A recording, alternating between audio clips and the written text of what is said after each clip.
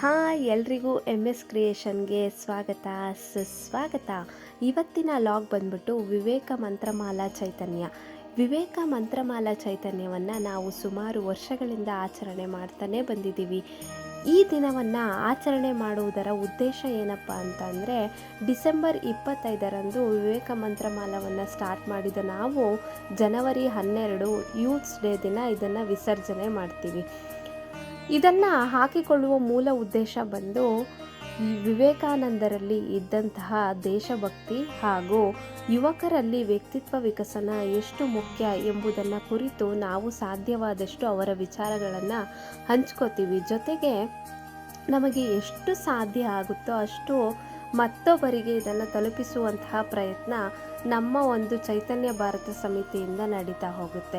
ಆ ದಿನದ ಮೊದಲ ಪೂಜೆ ಇಂದಾಗಿದ್ದು ನಾವು ವಿವೇಕಾನಂದರ ಮಂತ್ರಮಾಲವನ್ನು ಧರಿಸುವ ಮುನ್ನ ಅವರ ಪೂಜೆಯನ್ನು ಮಾಡಿ ನಂತರ ಅವರಿಗೆ ಇಷ್ಟವಾದಂತಹ ಚಾಗಿಯ ಹಾಡಿನ ಮುಖಾಂತರ ನಾವೆಲ್ಲರೂ ಕೂಡ ವಿವೇಕ ಮಂತ್ರಮಾಲವನ್ನು ಹಾಕಿಕೊಳ್ಳಲು ಸಿದ್ಧವಾದ್ವಿ.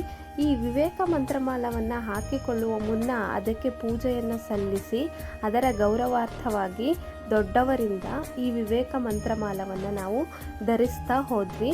ನಮ್ಮಲ್ಲಿ ಇರುವಂತಹ ಎಲ್ಲ ಸದಸ್ಯರು ಕೂಡ ವಿವೇಕ ಮಂತ್ರಮಾಲವನ್ನು ಹಾಕ್ಕೊಂಡಿದ್ದ ನಂತರ ನಮ್ಮ ಮೊದಲ ಪಯಣ ನಡೆದಿದ್ದು ಶ್ರವಣಬೆಳಗೊಳದ ಕಡೆಗೆ. ಶ್ರವಣಬೆಳಗೊಳ ಒಂದು ಐತಿಹಾಸಿಕ ಸ್ಥಳವಾಗಿದ್ದು ಇದರ ಕಥೆಗಳು ಸುಮಾರಿದೆ.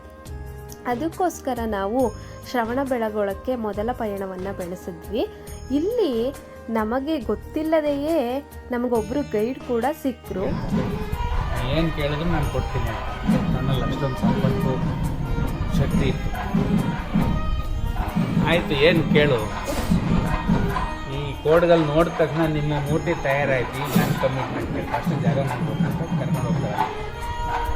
ಜಾಗ ನೋಡಿದ್ರೆ ಕೋಡ್ ಬಂಡೆ ಕೋಡ್ದಲ್ಲಿ ಅದಿತ್ತು.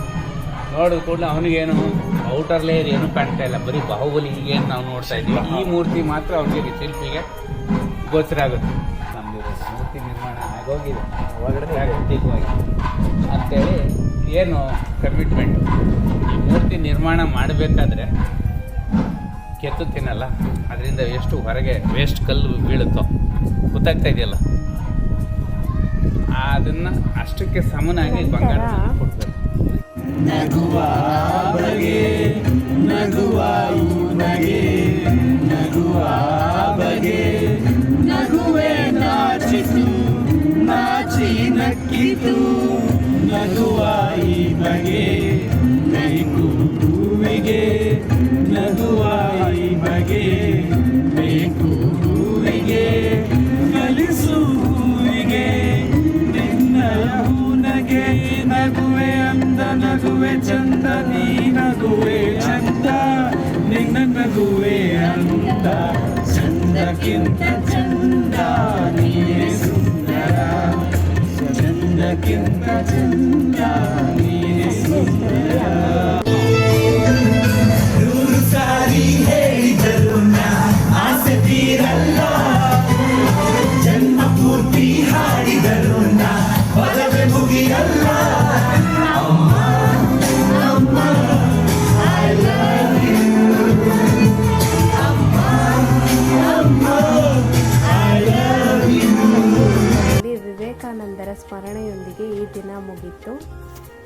ನಾವೆಲ್ಲರೂ ಈ ಪ್ರಯತ್ನವನ್ನು ಮಾಡಿದರೂ ಕೂಡ ನಮಗೆ ಗೊತ್ತಿಲ್ಲದ ಹಾಗೆ ಯಾವುದೋ ಒಂದು ಚೈತನ್ಯ ಶಕ್ತಿ ಇದೆ ಅನ್ನೋದಕ್ಕೆ ಒಂದು ಪುಟ್ಟ ಸಾಕ್ಷಿ ಏನಪ್ಪ ಅಂತಂದರೆ, ನಾವು ಶ್ರವಣಬೆಳಗೊಳಕ್ಕೆ ಹೋಗೋ ಮುನ್ನ ಅಲ್ಲಿನ ನಿಸರ್ಗದ ಜೊತೆ ಸ್ವಲ್ಪ ಕ್ಷಣ ಕಳಿಬೇಕು ಅಂತ ಹೇಳಿ ಹೊರಟಿದ್ದು.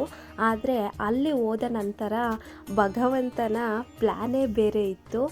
ಸೊ ನಮಗೆ ಶ್ರವಣಬೆಳಗೊಳದ ಬಗ್ಗೆ ಅಲ್ಪ ಸ್ವಲ್ಪ ಗೊತ್ತಿದ್ರೂ ಕೂಡ ಅಲ್ಲಿ ಯಾರೋ ಒಬ್ಬರು ನಮಗೆ ಸಿಗ್ತಾರೆ, ಅವರಿಂದ ಶ್ರವಣಬೆಳಗೊಳದ ಪೂರ್ಣ ಕತೆ ನಮಗೆ ತಿಳಿಯುತ್ತೆ ಅಂತ ಆದರೆ ಅಲ್ಲಿನ ಚರಿತ್ರೆ ಹಾಗೂ ಐತಿಹಾಸಿಕತೆ ನಮಗೆಲ್ಲರಿಗೂ ಕೂಡ ಸವಿವರವಾಗಿ ತಿಳಿತು.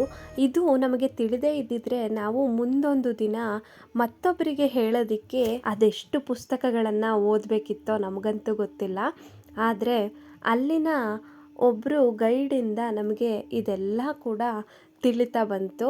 ಅವರು ಗೈಡೋ ಅಥವಾ ಶ್ರವಣಬೆಳಗೊಳಕ್ಕೆ ಬಂದಿದ್ದೋರೋ ಅಥವಾ ಅಲ್ಲೇ ಇರೋರೋ ನಮಗಂತೂ ಗೊತ್ತಿಲ್ಲ. ಆದರೆ ಅವರಿಂದ ನಮಗೆ ತುಂಬ ಅಂದರೆ ತುಂಬ ವಿಷಯಗಳು ತಿಳಿತು.